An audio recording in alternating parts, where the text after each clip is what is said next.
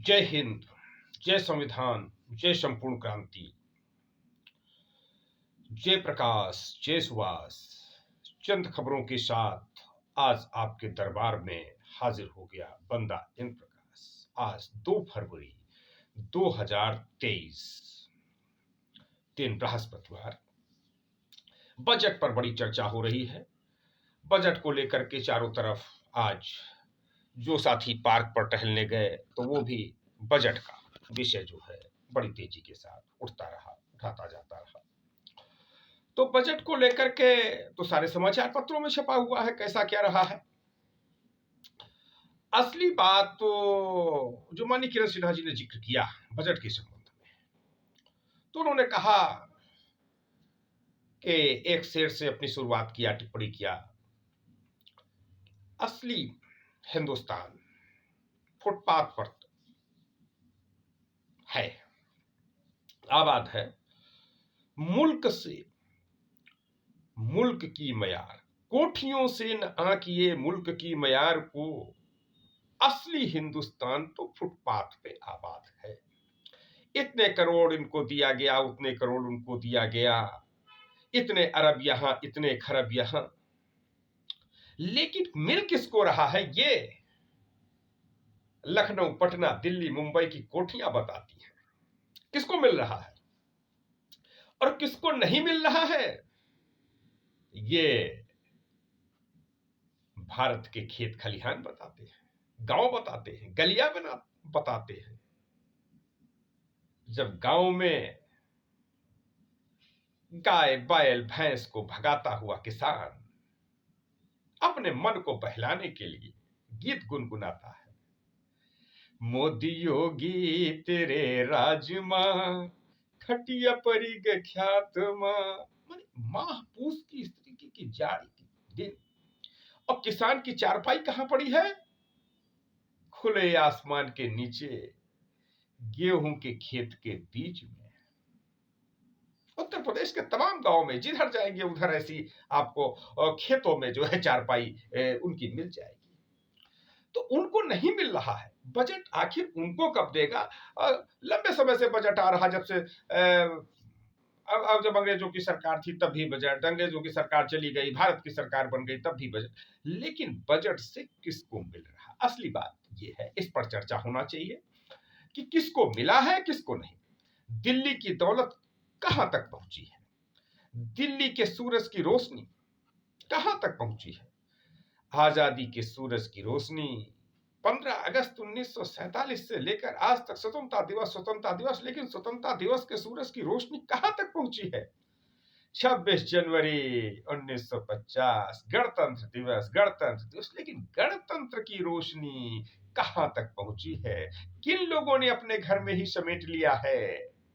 अभी उत्तर प्रदेश की 4 बार मुख्यमंत्री रह चुकी मायावती जी ने भी अपना स्टेटमेंट जारी किया ट्विटर हैंडल से कि पूंजीवाद अच्छा नहीं है, पूंजीवाद का केंद्रीकरण अच्छा नहीं है। लेकिन जब 4 बार मुख्यमंत्री थी तब पूंजीवाद बढ़ रहा था, उन्हीं के इर्द गिर्द रहने वाले पूंजी एकत्रित कर रहे थे। जांच हो उनकी, निष्पक्ष जांच हो।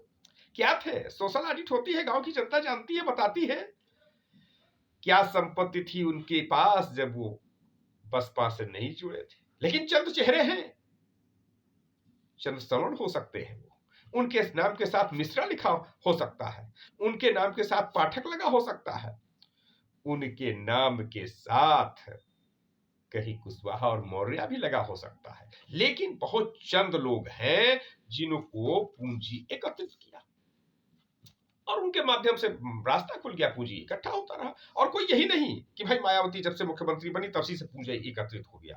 पूंजी तो जब से कांग्रेस की सरकार बनी, अंग्रेजों के समय से भी रहे कुछ लोग, जो अंग्रेजों के मित्र सिंधिया ने राजधानी छोड़ी थी, अंग्रेजों के मित्र सिंधिया ने राजधानी छोड़ी थी, काहे के लिए, अंग्रेजों की मदद के लिए। और उनके वंशज आज कहां बैठे हुए, किसके साथ हैं, बीच में किसके साथ रहे। तो जितने भी अंग्रेजों के साथ मिलकर के भारत के लिए गद्दारी किया, मक्कारी किया, नालायकी किया, वह अंग्रेजों से लाभान्वित हुए। उसके बाद परंपरा बन गई। जिन लोगों ने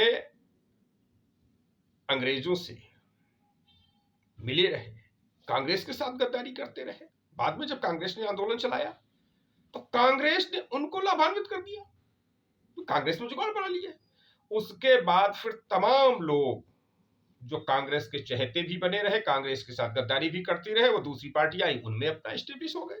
तो स्टेब्लिश होने का गुण सीख लिए, और वह जो गुण है वह देश के आवाम को नहीं बताते हैं। कैसे अरबपति खरबपति नेता बन जाता है, विधायक सांसद मंत्री कैसे अरबपति खरबपति बन जाता है रातों रात, 5 साल में, साल में, 2 साल में, 3 साल में। यह गुण अपनी कार्यकर्ताओं को क्यों नहीं बताता है, अपनी जनता को क्यों नहीं बताता है? यह गुण भी तो जनता को बताए, कार्यकर्ता को बताए, तो उसके यहां भी खुशहाली आए। तो ये सब बात है। तो असली लड़ाई भारत रत्न लोकनायक जयप्रकाश नारायण की लड़ाई है, नेताजी सुभाष चंद्र बोस की लड़ाई है, और बाबा साहब डॉक्टर भीमराव अंबेडकर। इन्होंने कहा शिक्षा किसके लिए? सबके लिए होना चाहिए, और शिक्षा का राष्ट्रीयकरण होना चाहिए। क्योंकि कुछ लोगों ने, एक जाति विशेष ने शिक्षा पर अधिकार जमा लिया है, तो सबको शिक्षा मिलना चाहिए, शिक्षा का राष्ट्रीयकरण होना चाहिए। लेकिन जो इनको मानने वाले लोग हैं, तथाकथित अंबेडकरवादी, वो शिक्षा का राष्ट्रीयकरण होना चाहिए बोलते ही नहीं कभी। उनमें से बहुत से लोग हैं नासमझ हैं बेचारे, जानते ही नहीं क्या है राष्ट्रीयकरण, क्या है शिक्षा। और बहुत से लोग साजिशन कहते हैं कि भाई शिक्षा का राष्ट्रीयकरण हो जाएगा तो हमने जो अरबों खरबों करोड़ों रुपया कमाया है, तो हमारा बेटा और वो अंगलू मंगलू मेड़ई भगई भुगई घुरई का बेटा एक साथ पढ़ेगा। क्या हुआ? मैं शूद्र हूं तो क्या हुआ? अरे भाई, मैं शूद्र हूं और वो भुगई मुगई गुंगई भी शूद्र है, और उसका बेटा मेरा बेटा एक साथ कैसे पढ़ेगा? फिर हमारे मुख्यमंत्री बनने से क्या फायदा, हमारे मंत्री बनने से क्या फायदा, हमारे एमपी एमएलए बनने से क्या फायदा? ये सवाल है आज का। अभी कल क्या हुआ, पटना में कार्यक्रम किया गया। किस पर? तो कार्यक्रम जो किया गया वह कार्यक्रम काफी वह विषय जो रहा कार्यक्रम का, वह जगदेव प्रसाद कुशवाहा पर, बाबू जगदेव प्रसाद कुशवाहा पर यह कार्यक्रम रहा, और नारा दिया गया। आलोक मेहता बिहार सरकार में मंत्री हैं। 90 पर 10 का शासन नहीं चलेगा, वोट हमारा राज तुम्हारा नहीं चलेगा। यानी 10% का शासन 90 पर नहीं चलेगा। अच्छी बात है, स्वागत योग्य बात है। लेकिन सच्चाई क्या हो गई कि एक पहले तो था भाई कि 10 लोग 90 पे शासन करते थे, बीच में ऐसा माहौल बन गया, या ये लोग माहौल बनाना चाह रहे हैं और बनाया कि एक ही का शासन, माने एक जाति ही यूपी में मुख्यमंत्री बनेगी, एक ही जाति बिहार में मुख्यमंत्री बनेगी, इसके अलावा कोई भैया मुख्यमंत्री का सपना ना देखो। यही है लोकतंत्र, यही है बाबू जगदेव प्रसाद का सपना कि सिर्फ एक जाति मुख्यमंत्री बनेगी, एक जाति के लोग ही 32 एमएलसी बनेंगे, 32 में से 16 एक जाति के बनेंगे, माने आधे में अधगर आधे में सब घर। यही है बाबू जगदेव प्रसाद का सपना, यही है डॉक्टर बी आर अम्बेडकर का सपना। इसीलिए डॉक्टर अंबेडकर ने अपनी सारी लड़ाइयां लड़ी, इसीलिए महात्मा तालाब का आंदोलन किया। ये सवाल है, ये सवाल बताना है हमको, आपको, जो लोग जानते हैं समझते हैं। डॉक्टर बी आर अम्बेडकर ने क्या कहा कि राष्ट्रीयकरण, शिक्षा का राष्ट्रीयकरण और उद्योग का राष्ट्रीयकरण, क्योंकि उद्योगों में एक जाति का कब्जा है, वो पहले भी था आज भी है। आज वाले के खिलाफ क्यों नहीं बोलेंगे? क्योंकि थोड़ी सी जूठन मिल गई है उनको, थोड़ी भागीदारी मिल गई है उनको, इसलिए नहीं नहीं नहीं आज का राष्ट्रीय, भाई बाबा क्या जाने, भाई बाबा क्या जाने राष्ट्रीयकरण का मतलब। हम जानते हैं नहीं होना चाहिए राष्ट्रीयकरण, क्योंकि राष्ट्रीयकरण हो जाएगा तो हमारी संपत्ति कहां जाए? अरे हमने एमपी बनकर के, एमएलए बनकर के, मंत्री बनकर के, मुख्यमंत्री बनकर के इतनी संपत्ति बनाई है, कब्जाई है, और इसका राष्ट्रीयकरण करने की बात कर रहे हो आप? नहीं होना चाहिए राष्ट्रीयकरण। वह अंबेडकरवादी नहीं है, वह धूर्त है। फिर माने बाबा ने कहा शिक्षा का राष्ट्रीयकरण हो, उद्योगों का राष्ट्रीयकरण हो और जमीनों का राष्ट्रीयकरण हो। बाबा साहब डॉक्टर भीमराव अंबेडकर का बड़ा सपना था, बड़ा कार्य था जमीनों के राष्ट्रीयकरण। उन्होंने कहा, यह भी कहा कि चंद हिस्से 80 क्षेत्र लगभग उन्होंने चुने कि यहां पर समाज के निर्बल, शोषित, पीड़ित, कमजोर तबकों को बसाया जाए और यहां पर एक अच्छी कॉलोनी डेवलप की जाए। जमीन के राष्ट्रीयकरण की बात बाबा साहब डॉक्टर भीमराव अम्बेडकर ने किया। यही बात भारत रत्न लोकनायक जयप्रकाश नारायण ने किया, नेताजी सुभाष चंद्र बोस ने किया। लेकिन इसको एक तथाकथित अम्बेडकरवादी नहीं बताएंगे। लोकनायक जयप्रकाश का नाम लेना गुनाह है, नेताजी सुभाष चंद्र बोस का नाम लेना गुनाह है। उनको समझना होगा कि शिक्षा, उद्योग, भूमि जिसमें तथाकथित ब्राह्मण, क्षत्रिय, वैश्य वर्ग का कब्जा रहा, आज भी है, उसको बिना राष्ट्रीयकरण के नहीं हो सकता। अब चंद लोगों ने, माने चंद तथाकथित शूद्रों ने कब्जा कर लिया, तो अब वो ज्ञान देने लगे कि नहीं, राष्ट्रीयकरण नहीं होना चाहिए, शिक्षा का राष्ट्रीयकरण ना हो, उद्योगों का राष्ट्रीयकरण ना हो, जमीन का राष्ट्रीयकरण ना हो, इसके लिए पूरा प्रयास कर रहे हैं। सपना क्या है भाई, मैं शूद्र हूं, किस लिए शूद्र तो है? आप शूद्र है तो केवल यही कर लीजिए कि भाई जितने शूद्र हैं, भारत के 90% शूद्रों को शिक्षा, समान चिकित्सा 10% को नहीं देंगे। अच्छी बात है, स्वागत करते हैं, डंके की चोट पर 10% आपका दुश्मन है, आप मत दीजिए। हालांकि भारतीय संविधान ऐसा नहीं कहता, लेकिन भारतीय संविधान को नकारते हुए भी अगर आप 90% को शिक्षा दे रहे हैं, चिकित्सा दे रहे हैं, संपत्ति का अधिकार दे रहे हैं, रोजगार का अधिकार दे रहे हैं, तो डंके की चोट पर महर्षि प्रकाश बौद्ध महिषासुर आपका स्वागत करने के लिए तैयार है। हालांकि संविधान विरोधी है फिर भी, लेकिन इनकी नालायकी देखिए कि बात 90 की, काम 9% का भी नहीं। अरे 9% का भी काम किए होते तो बहुत सी जातियों को मौका मिल जाता है। एक जाति का काम, एक परिवार का काम, अपने घर का काम, माल मलाई केवल हम खाएं, हमारा परिवार खाए, थोड़ा बहुत बच जाए तो जाति खा ले, उससे भी थोड़ा बहुत बच जाए तो एक आध जिला खा ले। ये सोच है शूद्रत्व, अब शूद्रत्व का दावा करने वालों की। और वैवाहिक संबंध कहां कर रहे हैं? तथाकथित अपने को शूद्र कहने वाले, डंके की चोट पर शूद्र कहने वाले, अरे शूद्र की लड़की लेना भी स्वीकार नहीं कर रहे, शूद्र की लड़की से शादी करना भी नहीं स्वीकार कर रहे, फिर कहां जा रहे हैं? क्षत्रिय, ब्राह्मण, ऐसे शूद्र, ये धोखेबाज हैं, इनसे सतर्क रहना है। और यही हिंदुत्व वालों की भी है। कबीरदास जी कहते हैं, ई दोनों राह न पाई। ऐसा नहीं है कि एक ही सही है, नहीं नहीं, दोनों गलत हैं। वो चाहे शूद्रत्व वाला हो धोखेबाज नेता या हिंदुत्व वाला धोखेबाज नेता। हिंदुत्व वाला धोखेबाज नेता क्या करता है? बहुत हिंदू है, तिलक तराजू तलवार। ये किसने कहा? ये कहा जातिवादियों ने, शूद्रत्ववादियों ने। और फिर किसने कहा? अब न बचेगी 1,000, 3 नहीं अब 30,000, अब न बचेगी 1,000। और क्या कहा? जाख उड़ा है हिंदुस्तान, डांट डांट भागो पाकिस्तान। ये सब नारे लगा करके सरकारें बनाई गई, विभिन्न प्रांतों से लेकर केंद्र तक, भारत सरकार तक। लेकिन फिर रिजल्ट क्या आया? वैवाहिक संबंध भी स्थापित करने लगे, बड़े बड़े पूंजी उन्हीं को देने लगे, लुलू माल का उद्घाटन भी करने लगे, लुलू माल को बनने भी देने लगे। जब लुलू माल को जमीन दी गई तथाकथित शूद्रत्व के द्वारा, तो कहा ये तो गलत हो रहा है, ये अड्डा बन जाएगा लब जिहाद का। लेकिन जब खुद मुख्यमंत्री बन गए, बनने दिया, पलने दिया, बढ़ने दिया लुलू माल को, और फिर उसका उद्घाटन भी कर दिया। तो दोनों से खतरा है।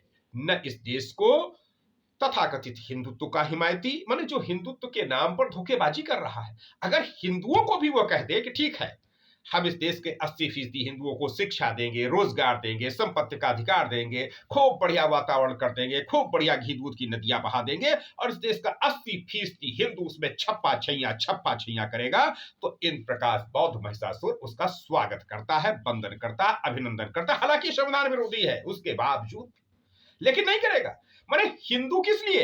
हिंदू सिर्फ वोट लेने के, नोट लेने के लिए, और उसको अपने फटेहाल पे छोड़ देने। उसी प्रकार से बहुजन किस लिए, शूद्र किस लिए?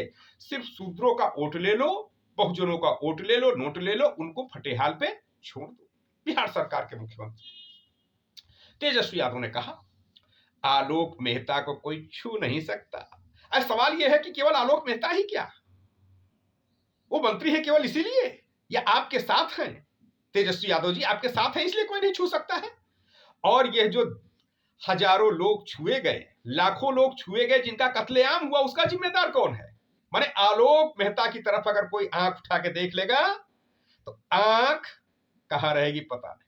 लेकिन जो उसका आम है, अवाम है, आप मुख्यमंत्री, आज पूछता है भारत, तेजस्वी यादव आप मुख्यमंत्री बिहार के हैं, उप मुख्यमंत्री बिहार के हैं या केवल आलोक मेहता के हैं?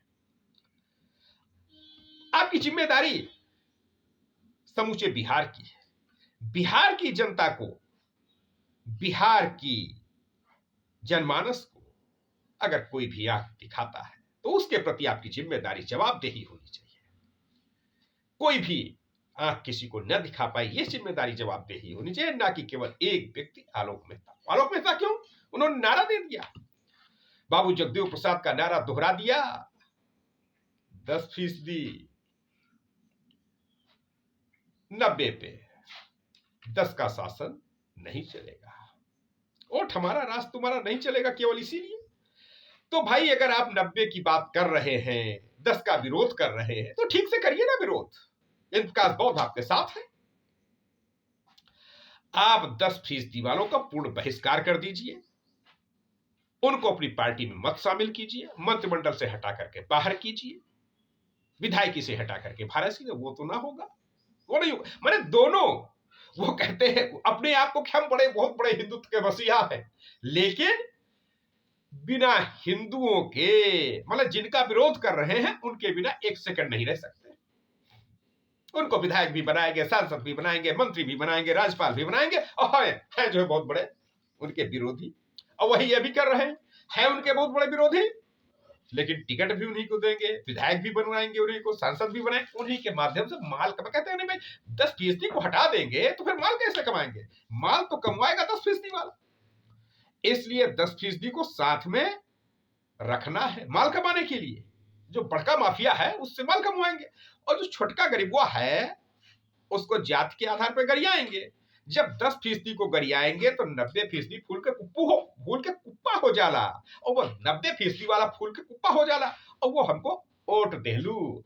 ये सोच है, ये राजनीति। लेकिन ये राजनीति कहते हैं काठ की हाड़ी सिर्फ एक बार चढ़ती है, काठ की हाड़ी फेल हो गई। इसीलिए यूपी बिहार में एक नई आशा की किरण, नई उम्मीदों की किरण, किरण सिन्हा राष्ट्रीय अध्यक्ष जनता दल की तरफ लोगों की भावनाएं बढ़ रही है। स्पष्ट दिखाई दे रहा, लोग चर्चा कर रहे हैं कि अब यूपी बिहार में किरण सिन्हा, सिर्फ और सिर्फ किरण सिन्हा। न चाहिए तथाकथित हिंदुत्ववादी, न चाहिए तथाकथित सुदत्तवादी, क्योंकि दोनों धोखा दे रहे हैं। शिक्षा की कोई बात नहीं, रोजगार की कोई बात नहीं, संपत्ति के अधिकार की कोई बात नहीं, लोगों को न्याय मिले कोई बात नहीं। केवल गुमराह करके एक जात का शासन बना दो, बस एक जाति मुख्यमंत्री बनने लगे, एक जात थानों में बैठने लगे, बस सब ठीक हो जाएगा। लेकिन जनता ये तो चाह नहीं, पार्टियां चाह रही हैं, नेता चाह रहे हैं एक जात की पार्टी, एक जात का शासन, एक जात का मुख्यमंत्री, एक जात का नौकरियों पे अधिकार, एक जात का एमएलसी पे एक अधिकार, जितने राजनीति के पद हैं सब पर एक जात का अधिकार। लेकिन यूपी और बिहार की जनता ने इनको नकारा साबित कर दिया, इनको हटा दिया, हटा के भले ही जैसे तैसे हो उनको ला दिया। लेकिन अब शुद्रत्ववादियों को भी हटाएगी, हिंदुत्ववादियों को भी हटाएगी, और जनतत्ववादियों, सही मायने में जनता की आवाज, जनता की आशा की किरण, विश्वास की किरण, किरण सिन्हा को उत्तर प्रदेश और बिहार में बड़े पैमाने पर लाएगी। और यूपी बिहार ही नहीं, किरण सिन्हा का तो आधार संपूर्ण देश में है। मध्य प्रदेश, छत्तीसगढ़, राजस्थान, केरला, कर्नाटक, तमिलनाडु, कहा नहीं किरण सिन्हा? जहां जाओ वहां किरण सिन्हा, आशा की किरण, विश्वास की किरण। यशवंत सिन्हा, शत्रुघ्न सिन्हा, लोगों ने काम किया है। जब भारत सरकार में मंत्री रहे तब भी काम किया है, जब भारत सरकार में मंत्री नहीं रहे तब भी देश में घूम घूम कर जनता को जगाने का काम किया है। ये स्थिति है।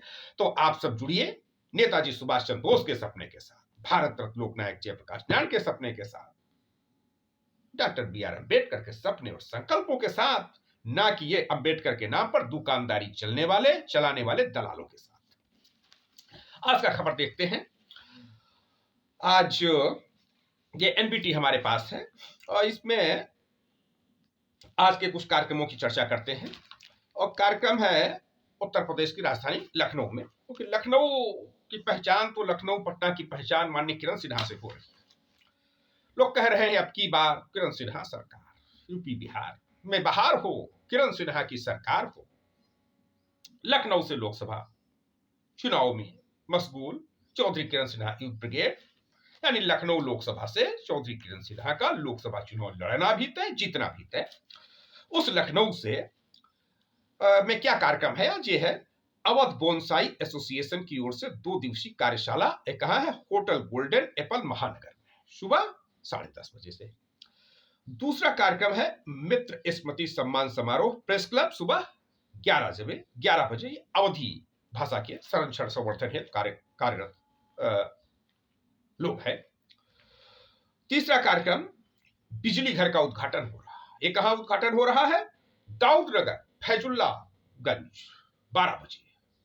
एक दाऊद वो है जो पाकिस्तान में है। लोग कहते हैं पाकिस्तान में है, कोई कहता दुबई में है भारत का। भारत सरकार पता ही नहीं लगा पा रही है दाऊद कहां है, कहां गया। तीसरा, यह शारदीय प्रकाशन का स्थापना दिवस अंतरराष्ट्रीय बौद्ध शोध संस्थान गोमती नगर, सुबह 11 बजे है। फिर वार्षिकोत्सव AP Sen memorial girls PG college, सुबह 11 बजे है। फिर पंच कल्याणक प्रतिष्ठा महोत्सव में गर्भ कल्याणक जैन मंदिर में कार्यक्रम है, इंदिरा नगर, दोपहर 10:30 बजे। फिर मनोमय वेलफेयर सोसाइटी की ओर से नाटक सन 2025 का मंचन है, वाल्मीकि रंगशाला गोमती नगर, शाम 6:30 बजे। फिर लखनऊ हस्तशिल्प महोत्सव कांसीराम स्मृति उपवन में चल रहा है, यहां पर शाम को 6 बजे कार्यक्रम है।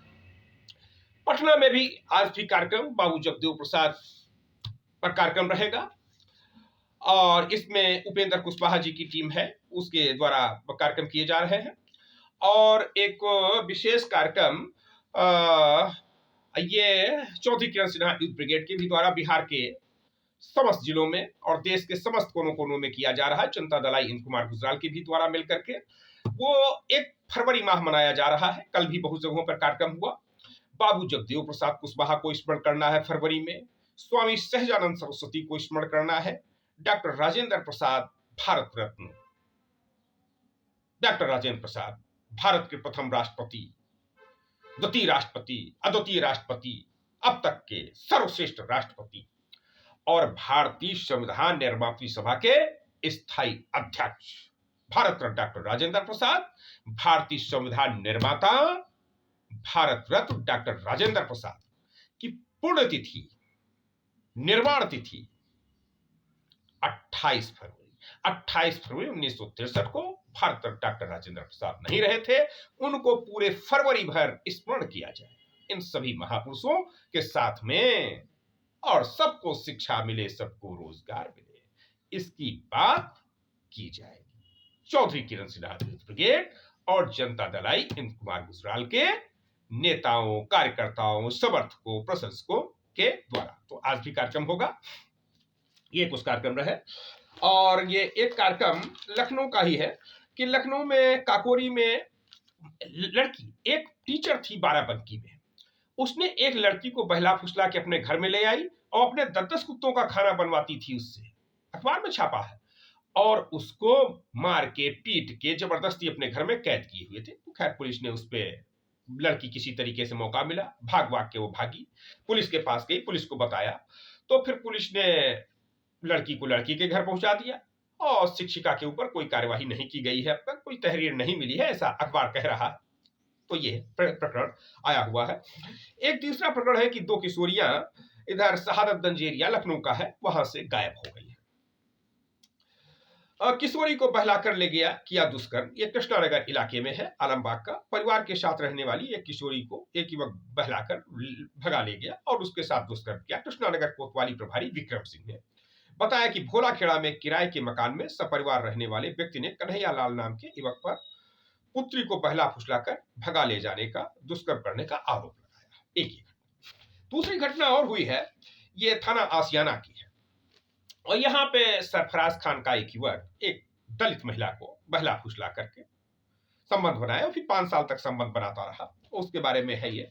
आसियाना इलाके की एक दलित युवती से शादी का झांसा देकर 5 साल तक सरफराज खान नाम का युवक यौन शोषण करता रहा। युवती का आरोप है कि जब उसने शादी का दबाव बनाया तो मारपीट शुरू कर दी और दोस्त के साथ मिलकर जबरन उसका यूट्रस निकलवा दिया। इतना खतरनाक सातिर, उत्तर प्रदेश की राजधानी लखनऊ का कारनामा। युवती को जब उसके शादीशुदा होने की जानकारी हुई तब उसने आसियाना थाने में मुकदमा दर्ज करवाया। आसियाना इंस्पेक्टर अजय प्रकाश के मुताबिक दलित युवती ने मंगलवार रात आसियाना आसियाना थानाध्यक्ष को बताया कि 5 साल पहले उसकी ट्रांसपोर्ट नगर निवासी कैब चालक सरफराज खान से मुलाकात हुई थी। युवती का आरोप है कि शादी का झांसा देकर सरफराज उसका यौन शोषण करता रहा। बातों में फंसाकर उसने 5 लाख रुपए भी ऐंठ लिए। ये भी और युवती का आरोप है कि उसके पेट में दर्द हुआ तो सरफराज ने दोस्त इमरान के साथ मिलकर उसे अस्पताल में भर्ती करवा दिया और वहां धोखे से उसका यूट्रस निकलवा दिया। युवती शादी का दबाव बनाती रही। जब बनाया तो सरफराज उसके साथ मारपीट करता रहा। हाल ही में युवती को पता चला कि सरफराज की शादी भी हो चुकी है तो उसने मंगलवार आसियाना थाने में तहरीर दी। इंस्पेक्टर का कहना है कि रिपोर्ट दर्ज कर सरफराज को हिरासत में ले लिया गया है। एक घटना और है, वो एक श्रीवास्तव जी ने अपनी पत्नी को गरिया दिया फोन करते करते, तो कुछ महिलाओं ने, लड़कियों ने सुन लिया तो उनको भी मारा पीटा। ये कृष्णा नगर कोतवाली प्रभारी विक्रम सिंह ने बताया कि आरती नगर हरचंदपुर मानक नगर निवासी कमल श्रीवास्तव फिनिक्स माल के पास लगने वाली साप्ताहिक बाजार गए थे। वहां एक मोसेस के ठेले के पास खड़े होकर पत्नी से फोन पर बतिया रहे थे। इस दौरान उसने पत्नी से अपशब्दों का प्रयोग किया तो कमल के मुताबिक ठेले के पास खड़ी महिला और युवतियों से उसकी बातें सुनकर उसके साथ गाली गलौज करते हुए उसकी पिटाई कर दिया और फिर बहुत चोट लग गई तो चोट लेकर के इनको लोक बंधु अस्पताल पहुंचाया गया जहां सर पे लगे हैं 18 टांके। कमल श्रीवास्तव जी पत्नी को गरियाने के कारण लोगों ने सुन लिया तो पिटाई कर दिया। ये प्रकरण रहा। तो इस प्रकार से स्थितियां चल रही हैं और एक लड़की का जो है और हत्या हो गया। ये है एसआर ग्लोबल कॉलेज में छात्रा का जालौन के निवासी जसराम राठौर इनके पिताजी हैं, वो वहां पहुंचे हैं और न्याय की मांग कर रहे हैं। इन्होंने एक शेर भी समाचार पत्र में छापी हुई, निकलता है मुशरिक से किस तरह सूरज, फलक पर चमकता है ये चांद क्यों कर, कहाँ थे समुंदर में आते हैं तूफा, उजाला है कैसा ये शम्सो कमर पर, खुदा की ये बातें खुदा जानता है। ये ऐसा उसमें कहा हुआ। तो ये हत्या जो है देखिए किस प्रकार से हत्याएं हो रही हैं कि इसमें जो है लड़की का जो है हत्या कहीं पर हुआ, लाश उठा के कहीं पर डाला, परिवार परेशान है और आदमी भेजता है लड़की को कि जाएगी, लड़की पढ़ेगी लिखेगी, बड़ी अधिकारी बनेगी, हमारा नाम होगा, मान सम्मान होगा, बड़ा ऐशो आराम होगा, सब नौकर चाकर होंगे, गाड़ी बंगला होंगे, और लड़की की हत्या हो जाती है। कहीं लड़की प्यार मोहब्बत के चक्कर में पड़ जाती है, हत्या हो जाती है। कहीं पर लड़की को अपराधियों के चंगुल में फंस जाती है, उसकी हत्या हो जाती है। सरकार को ऐसे कामों में रोकने के लिए बड़े स्तर पर प्रयास करना चाहिए, सामाजिक संगठनों को एकजुट करना चाहिए, पुलिस विभाग को सक्रिय करना चाहिए। जितने लोग हालांकि हैं सक्रिय हैं, लेकिन जिस तरीके से काम होना चाहिए, आए दिन ऐसी घटनाएं होती है भैया जिसमें तमाम अब जो पीड़ित पक्ष है वो चिल्लाता रहता है, कहता रहता है कि नहीं हमें न्याय मिल जाए, लेकिन न्याय उसको नहीं मिल पाता है। पुलिस के चक्कर लगाता रहता है, दौड़ता रहता है, भागता रहता है, लेकिन कोई सुनने वाला नहीं होता है। तो इसलिए आज जरूरत है कि डॉक्टर बाबा साहब भीमराव अंबेडकर के अनुयायी निकले और हर उस व्यक्ति के साथ खड़े हों जिनके साथ कोई नहीं खड़ा हो रहा है। आज जरूरत है नेताजी सुभाष चंद्र बोस के अनुयायियों को निकलने की, भारत रत्न लोकनायक जयप्रकाश नारायण के अनुयायियों को, लाल बहादुर भारत के लाल, गुदड़ी के लाल, जय जवान जय किसान का नारा देने वाले भारत के द्वितीय प्रधानमंत्री, अद्वितीय प्रधानमंत्री, भारत रत्न लाल बहादुर शास्त्री को मानने वाले अनुयायी लोग हैं, वो निकले समाज को बचाने के लिए। और डॉक्टर राजेंद्र प्रसाद, भारत रत्न डॉक्टर राजेंद्र प्रसाद के अनुयायी निकले समाज को बचाने के लिए। समाज को बचाना है, समाज को बनाना है, तो उसके लिए निकलना होगा। और जो जमीन का अधिकार है जिसको भुला दिया है, सारी बातें करेंगे ये सब नेता, तमाम खुराफात की बात करेंगे, तमाम हिंदुत्व की बात, तमाम सूत्रत्व की बात, तमाम रामचरितमानस की बात करेंगे, महाभारत की बात करेंगे, लेकिन लोगों की जो संवैधानिक अधिकार मिला, जमीन का अधिकार, ना बाबा, ना बाबा, जमीन के अधिकार की बात मत करो। जो एक बहुत बड़ा आंदोलन हुआ इस देश में साम्यवादियों का, जमीन को लेकर के, इस देश में भूदान आंदोलन चला। भारत रत्न लोकनायक जयप्रकाश नारायण ने क्या क्या नहीं किया, कैसे कैसे लोगों को उठा करके ले आए। आज भारत की राजनीति में लोकनायक जयप्रकाश नारायण ही एकमात्र विश्व के ऐसे व्यक्तित्व हैं जिनके लोग पक्ष में भी हैं, विपक्ष में भी हैं। और बहुत से लोग ऐसे हैं, अगर भारत रत्न लोकनायक जयप्रकाश नारायण न होते तो भैया किसी गाय भैंस का गोबर ही उठा रहे होते, खेत खलिहान में काम ही कर रहे होते, न जाने कहां होते और किस प्रकार की जिंदगी जी रहे होते। वो बातें आए दिन होती रहती हैं, वही लोग करते रहते हैं। ये है। तो आज फिर से इन सारे महान पुरुषों के सपनों को साकार करने के लिए, जनता को जगाने के लिए आना है, जनता को जगाना होगा। एक समाचार बरेली से है। ये अखिल भारतीय कायस्थ महासभा के राष्ट्रीय अध्यक्ष प्रदीप सक्सेना एक मीटिंग इन्होंने आयोजित किया। तो उस मीटिंग में यह हुआ कि होली मिलन समारोह, समान समारोह और परिचय सम्मेलन रखा जाएगा। उसके बारे में उसमें उपस्थित हुई राष्ट्रीय महिला अध्यक्ष नीतू सक्सेना, श्रीमती नीतू सक्सेना जी, और राष्ट्रीय महामंत्री दीपक सक्सेना जी हुए। उत्तर प्रदेश के प्रभारी वाईसी सक्सेना जी उपस्थित रहे। प्रदेश अध्यक्ष शिक्षा प्रकोष्ठ सुदेश भटनागर जी उपस्थित रहे। उपाध्यक्ष अक्षत चित्रांशु भी रहे और प्रदेश उपाध्यक्ष श्रीमती बीना सक्सेना जी भी रही और जिलाध्यक्ष नीता भटनागर जी रही। ये कार्यक्रम बरेली में हुआ। एक कार्यक्रम होना है वहां पर। होली के बाद तमाम जातिगत संगठन, सामाजिक संगठन कार्यक्रम करते हैं और होना भी चाहिए। तो परिचय सम्मेलन और होली मिलन सम्मेलन का कार्यक्रम रहेगा बरेली में प्रदीप सक्सेना जी के माध्यम से। और किसानों के लिए बजट को लेकर कि किसान पार्टी के राष्ट्रीय अध्यक्ष BL वर्मा जी हैं, उन्होंने भी इसको बकवास बताया है। जनता दल यूनाइटेड के प्रदेश के राष्ट्रीय अध्यक्ष राजीव ललन सिंह, उन्होंने भी बकवास बताया कि इसमें कुछ है ये नहीं। बिहार के लिए जो बजट देश के लिए आया है उसमें कुछ बजट है ये नहीं। और सुशील मोदी ने कहा कि भाई बिहार बजट, तेजस्वी पर तंज कसते हुए कहा कि भाई जब लालू यादव थे तब काहे नहीं ले लिया बिहार को राज्य दर्जा, और जब नीतीश कुमार थे तब काहे नहीं ले लिया बिहार का। रेल मंत्री नीतीश कुमार भी रहे, रेल मंत्री लालू यादव भी रहे। तो सुशील मोदी ने कहा कि जब लालू यादव, नीतीश कुमार बिहार से रेल मंत्री थे पूरे देश के, तब क्यों नहीं जो है काम ले लिया। तो उन्होंने कहा रेल के लिए भारतीय जनता पार्टी ने बिहार में बहुत बड़ा बजट दिया है, उतना बड़ा बजट दिया है जो अब तक नहीं दिया गया है। और इसमें जनता दल यूनाइटेड नेता शैलेंद्र कुमार जी, उन्होंने भी बजट के प्रति निराशा जाहिर किया हुआ है। और कुंवर प्रताप सिंह, जनता दल यूनाइटेड उत्तर प्रदेश के प्रवक्ता कुंवर अजय सिंह, उन्होंने भी कहा कि बजट भाई कोई मतलब का नहीं है। और माननीय चौधरी किरण सिन्हा जी ने तो कह ही दिया कि भाई क्या है, जब तक हिंदुस्तान के जो है सारे लोग नहीं खुशहाल होते हैं तब तक बजट का कोई मतलब नहीं है। तो ठीक है मित्रों, जय हिंद, जय संपूर्ण।